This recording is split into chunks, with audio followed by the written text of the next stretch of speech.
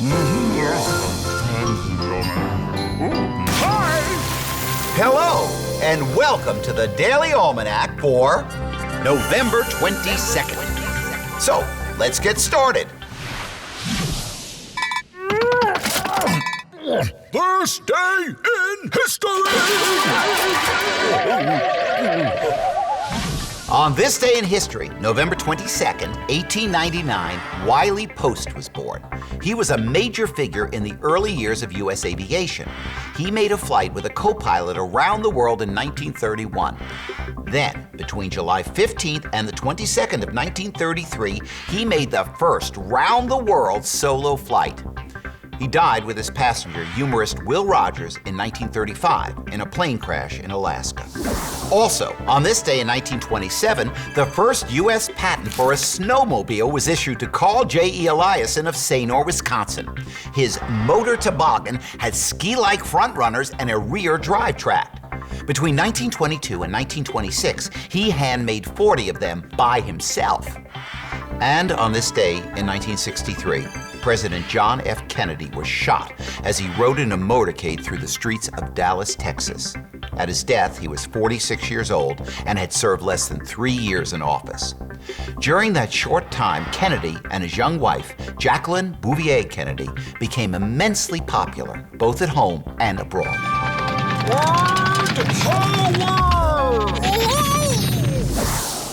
Today on Word Power, we're going to talk about the word mosaic. A mosaic is an image created by a collection of colored tiles, pieces of rock, glass, or really any colorful substance. The little colorful pieces are placed into plaster in an interesting pattern. They can be arranged to make a mosaic picture of a person or a landscape. Mosaic pictures can be found all across the world.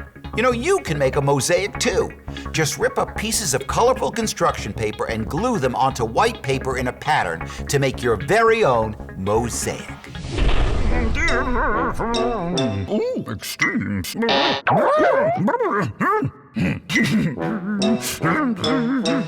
Today on Extremes, we ask, where did the largest hailstone ever fall? Well, the answer is Aurora, Nebraska. On June 22nd, 2003, a 7-inch, which is 17.8 centimeter wide hailstone fell from the sky. Its circumference around was 18.75 inches, which is 47.6 centimeters. Observers of the storm reported the hailstone to be as big as a soccer ball. They also made sure that the icy orb would not melt before scientists from the National Oceanic and Atmospheric Administration and the National Climate Data Center had a chance to measure it. Health tips. A seatbelt can't do its job if it doesn't fit right. Ask your parents to help you check to be sure that the shoulder part of the seatbelt fits snugly across your chest and shoulder. It should never go under your arm or across your neck or face. Also, make sure that the lap part of the belt sits low and tight across the upper part of your hips. It should never go across your stomach.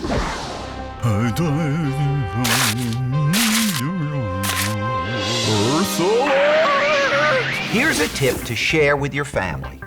When you come home with lots of groceries, take them all out of their bags before you open the refrigerator door. That way, the refrigerator won't be open as long, which will keep it cooler and save energy. Another thing, if you're filling ice cube trays, keep the freezer door closed until you're ready to put them back in. Well, that's all the time we have left today for Daily Almanac.